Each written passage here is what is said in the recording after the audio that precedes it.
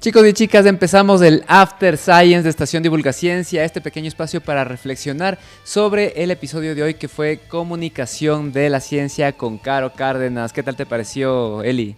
Estuvo espectacular. Es que además yo tengo que contarlo. Ya va. Si ustedes supieran el tras cámaras que hay detrás de estos programas, sería tan divertido, se la pasarían increíble. Sí. Pero el programa también estuvo súper chévere y súper interesante porque hablamos de comunicación, ¿no? Y la importancia de la comunicación científica y por qué debería haber más comunicación científica en el Ecuador. Sí, y sobre todo algo que es importante mencionar es que el concepto de comunicación de la ciencia es algo mucho más amplio que la divulgación científica.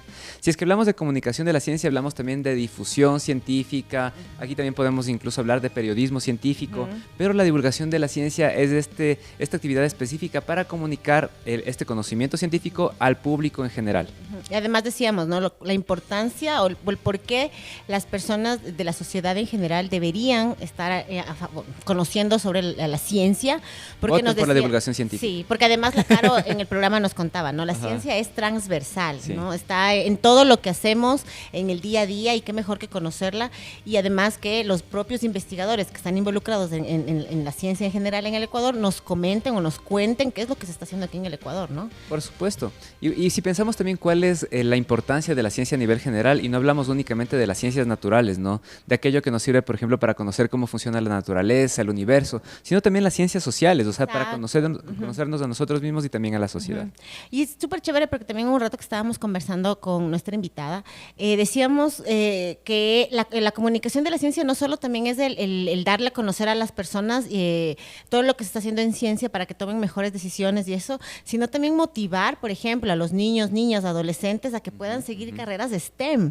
Y eso es algo súper chévere porque Caro nos daba un ejemplo y nos decía que ella conoció a una persona que ahora ya grande dijo, a mí me hubiera gustado seguir esa carrera científica y no lo hice porque tenía miedo o porque no sabía de qué se trataba. Entonces eso también creo que es parte de la comunicación científica. Claro, sobre todo eso que hemos hablado mucho también aquí en Estación Divulgaciencia, el generar modelos de rol, ¿no? Es importante que la gente sepa que es posible convertirse en científico o en científica, y por supuesto también que existan no solo oportunidades para estudiar estas carreras técnicas o científicas, ¿no es cierto? Sino también que existan plazas de trabajo para que esas personas que se gradúan puedan trabajar acá. Sí. Y bueno, y obviamente no abrí el tema de la comunicación científica en el Ecuador. Caro nos daba algunos ejemplos de cómo ella vivió esa experiencia en Argentina y en España, en donde la comunicación de la ciencia está un poco más avanzada. Hay posgrados, nos decían en algunos casos, especialidades. Pues creo que también podría ser un momento para que el Ecuador tome estas experiencias y las replique para que la gente que quiera hacer comunicación científica aquí también pueda acceder, ¿no? A estos cursos, qué sé yo, ¿no? Además, daba un ejemplo, ¿no? De hacer como era el curso iberoamericano de comunicación científica y que sea sede Ecuador. Sería súper chévere. Uf, qué chévere, claro, un encuentro iberoamericano de divulgación científica acá sería increíble.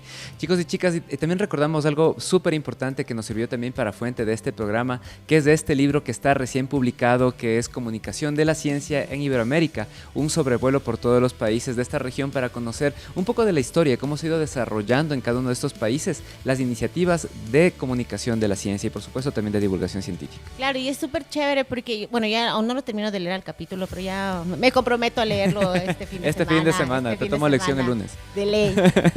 Pero claro, o sea, era como una historia, ¿no? Hacía un histórico de todas las iniciativas de divulgación científica que han habido aquí en el Ecuador. Creo que empezaban en 1996, yo les dije, con Arcandina. Así empieza la historia esa. Entonces decías, yo veía Arcandina cuando era niña. Creo que un montón de nuestros científicos y científicas también lo vieron.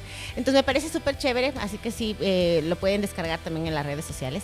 Y la estación Divulgaciencia, la red Divulgaciencia está también como parte de todas estas iniciativas que hemos hecho divulgación científica durante todo este tiempo y creo que es un orgullo. Sí, y muchas gracias por supuesto a Sofía Cabrera que participó como autora de este capítulo del libro, ¿no? En el que recopiló todas estas iniciativas, esta pequeña, ¿cómo se puede decir?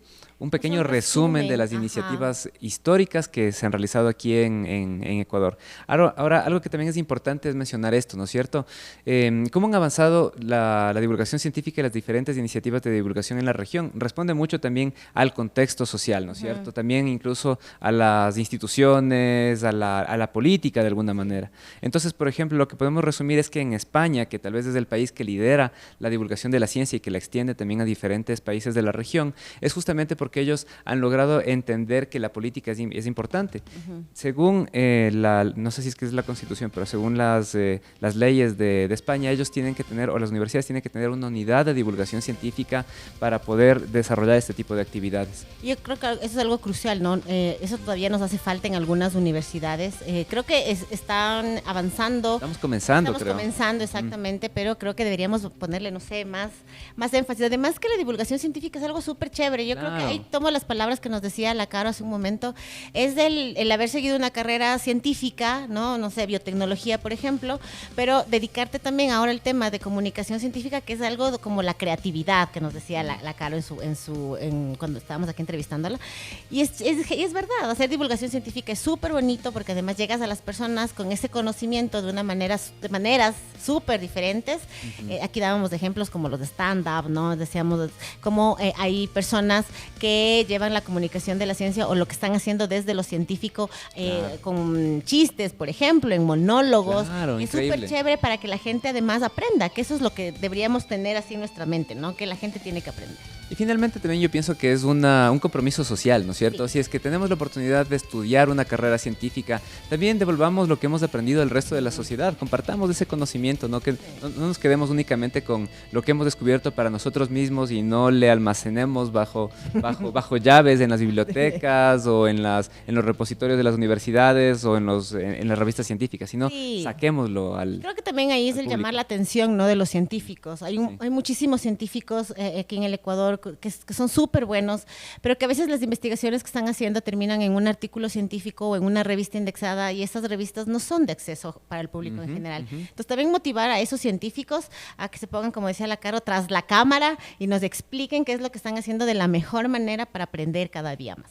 Así es, Dali. Y únicamente para resumir esto, yo creo que para analizar a breves rasgos también cómo estas iniciativas de divulgación científica se han desempeñado en la región. Por una parte vemos que España, como líder de alguna manera en iniciativas de divulgación científica y en el financiamiento también de esto, es posible profesionalizarse como un divulgador, un comunicador de ciencia para el público. En Argentina de alguna manera también existen sus iniciativas, hay cierto apoyo también, pero sigue siendo una lucha casi que de resistencia, ¿no es cierto? Sí. En ese momento hemos visto también que los presupuestos en Argentina se han reducido tanto para la investigación y por supuesto también para la divulgación que se ve afectada. Y en Ecuador prácticamente lo que se ha visto es que somos iniciativas individuales, ¿no? De colectivos, a veces de universidades, de pequeños grupos que intentan posicionarse y posicionar también la divulgación. Y creo que ahí es en donde también está un reto, ¿no? En el que como país veamos que la divulgación científica es importante, que podamos trabajar de esto, aunque a veces como es que dicen que cuando tú haces las cosas que te gustan no es un trabajo, pero sí sería súper chévere trabajar en esto, en hacer divulgación científica y llegar a todas las personas que realmente lo conocen, ¿no? Creo que el trabajo o el camino de la divulgación científica en el Ecuador todavía está muy largo, pero vamos para allá y esto es lo importante. Y hay que seguirle luchando, por supuesto, como en todo. Chicos y chicas, muchas gracias por acompañarnos en Estación Divulgaciencia en este episodio sobre comunicación científica. Muchas gracias, Deli. No se olviden que pueden ver el programa el sábado a las 6 de la tarde y el domingo a las 11 de la mañana por Cultura FM 100.9. Denle like a nuestras redes sociales, compartan. Compartan nuestros programas que están súper chéveres, pónganles like, si tienen preguntas o quieren, no sé, que hagamos un programa de algún tema específico, lo pueden también poner en nuestras redes. No se olviden que siempre estamos pendientes de ellas. Nos vemos, chicos y chicas. Hasta la próxima semana.